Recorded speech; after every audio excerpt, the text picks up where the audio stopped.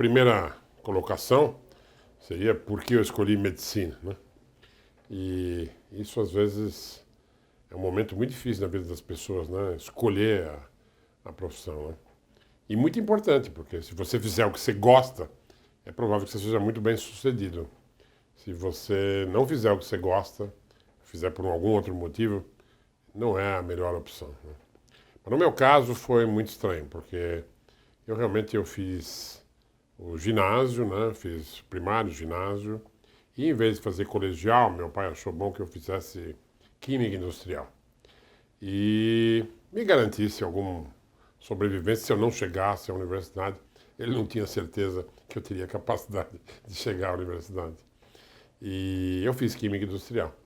E lógico que na química, quando estava acabando, a maioria do meu pessoal ia todo para engenharia química. Então eu também, e eu gostava muito de matemática, física, essas coisas. Falei, eu vou para engenharia, etc. Mas eu tinha um primo, eu sou filho único, eu tinha um primo muito ligado comigo, e era que nem meu irmão. Esse meu primo teve câncer com 17 anos, um osteosarcoma. Naquela época não tinha cura, e ele morreu desse osteosarcoma, que me traumatizou demais.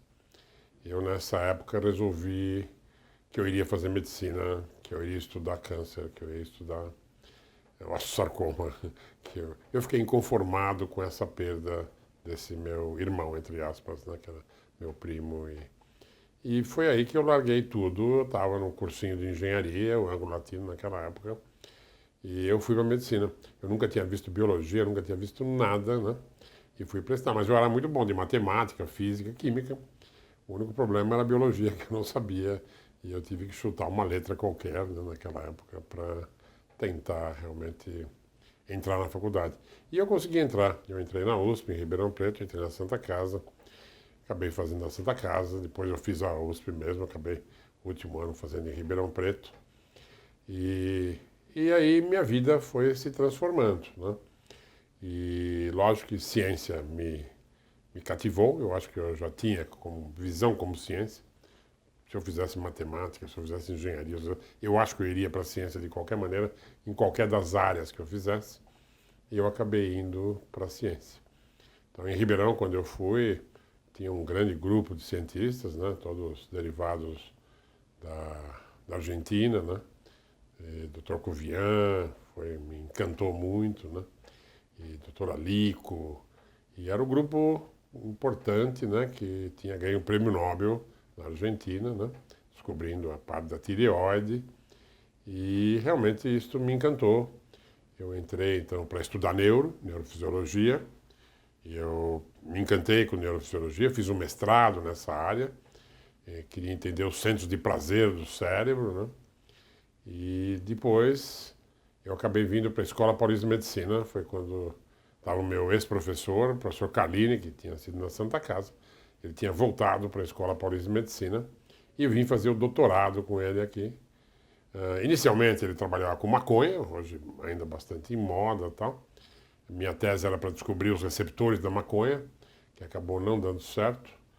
E realmente eu evoluí, né, para uma outra tese, porque na época ele ficou muito chateado que não funcionou o nosso trabalho, né, para descobrir os receptores da maconha, mas eu usava uma técnica de privação de sono. E falei para ele, acho que eu vou trabalhar com essa coisa de sono. Naquela época não existia nada de sono, era 1975, 76, tá? Aí falei, não, vou trabalhar com sono e realmente meu trabalho, a minha tese foi, né, que nós descobrimos que privação de sono paradoxal modificava os receptores dopaminérgicos. Então, isso foi um grande acontecimento na época, me chamaram até para conferências internacionais. Eu fui para a Finlândia, num congresso mundial, numa conferência para falar sobre essa minha tese. E o sono começou a aparecer no mundo. Então, eu defendi a tese em 78, em 79 apareceu a primeira classificação de distúrbios do sono. Depois, em 85, a gente fez o primeiro congresso aqui no Brasil de sono. Em 86 foi o primeiro congresso americano. E olha que interessante, nós fizemos o primeiro, né, antes dos americanos, né? Lógico que eles tinham muito mais gente para fazer o congresso de sono do que a gente, mas a gente saiu na frente nesse aspecto. E lógico que o sono passou a evoluir.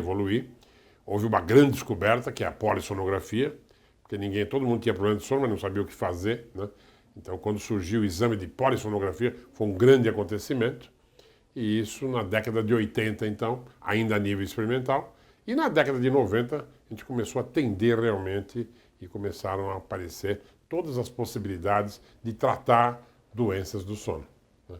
Então, esse foi um grande acontecimento e direcionou a minha vida. Eu até brinco naquela época, né, que se tivesse dado certa maconha, talvez eu não tivesse hoje o Instituto do Sono. Era o Instituto da Maconha que eu teria criado, né? Mas realmente o que deu certo foi o sono. E aqui eu estou hoje dentro do meu Instituto do Sono falando sobre essa história de como ocorreu, né? Então nós fomos um dos pioneiros no Brasil, tiveram muitas pessoas, mas nós somos um dos pioneiros. A gente criou um dos maiores serviços de sono que tem hoje no planeta e nós somos a maior produção científica na área do sono desde 1945. Então o nosso grupo todo se entusiasmou muito com essa área e a gente tem uma contribuição importante a nível internacional dentro dessa área. Isso tudo nos trouxe realmente muita alegria, né? E realmente nós desenvolvemos, tanto no setor de serviços como no setor científico, muitos trabalhos e que passamos a formar quase todos os médicos de sono do país, né? A maior parte passaram pelo estudo do sono. Então, desde a parte de pediatria do sono, do setor das mulheres, enfim. E a gente foi desenvolvendo muitos trabalhos, principalmente os trabalhos que identificavam na população os transtornos de sono.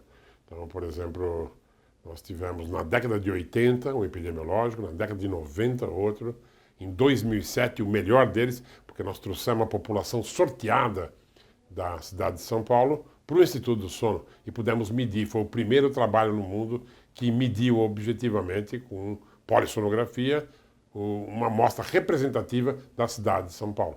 Isso gerou mais de 50, 60 trabalhos, né, que nos colocou em destaque no cenário internacional dos estudos do sono. Então essa foi uma trajetória que, digamos, contada dessa maneira, foi muito rápida. Mas, dentro da escola, lógico, muitas coisas aconteceram. Então, a primeira, que foi quando eu cheguei aqui, não tinha uma associação de pós-graduandos. Então, em 1975, né, 76, nós criamos, então, a primeira associação de pós-graduandos aqui da Escola Paulista de Medicina. Eu fui o primeiro presidente, eu fui o fundador dela, né, e passei a conhecer muito melhor a escola através da organização da pós-graduação, né. Na época, nós colocamos uma máquina Xerox na Bireme e todos os pós-graduandos precisavam fazer Xerox e a gente fazia todo mundo ficar sócio, né? Na época eram uns 200 só. Bom, hoje são milhares, né? Mas na época era pouca gente e a gente conseguiu realmente uma união muito grande na pós-graduação. Bom, a escola, como sempre, teve vários problemas e a gente tinha uma atuação bastante forte, política, né? Tentando resolver os problemas da escola. Nossa escola, como todos sabem, nasceu privada, né, que era a SPDM, e depois ela foi federalizada em 1953, parcialmente, só a parte da universidade, e ficou o Hospital São Paulo, né, e os outros como SPDM. Até hoje é uma simbiose que eu acho que sempre foi muito produtiva, mas aí as leis começaram a nos trazer problemas, né, porque era uma união do privado com o público, né, mas que eu achava muito bom, porque a gente tinha uma regra na época que o presidente e o vice-presidente da SPDM seria o reitor e o vice-reitor. Isto garantia que a SPDM era do público, que a SPDM era da reitoria, que o SPDM era da Escola Paulista de Medicina. Depois houve a expansão da Escola Paulista de Medicina. Eu, nesta época, era vice-reitor e acompanhei a criação de Santos, depois Diadema, depois Guarulhos, depois, enfim, toda essa expansão que aconteceu nos vários campos, que foi uma coisa muito importante, e junto com ela a expansão da SPDM, que foi incrível, né? Foi um boom, né? A SPDM, diria, foi uma das pioneiras como organização social, mostrando como o sistema era bom e funcionava, né? Bom, hoje é das maiores entidades do país, né, no atendimento à saúde, né? Continua sendo das mais importantes. E tanto nossa universidade expandiu, né, para vários campos, como a SPDM cresceu em todo o setor da rede de saúde no país, né? Se tornando um dos players mais importantes na saúde do país. Eu passei por tudo isso, foi uma época muito bonita na minha vida. Teve momentos terríveis, né, que todo mundo vivenciou aqui, com os problemas que aconteceram na reitoria do professor Ulisses, né?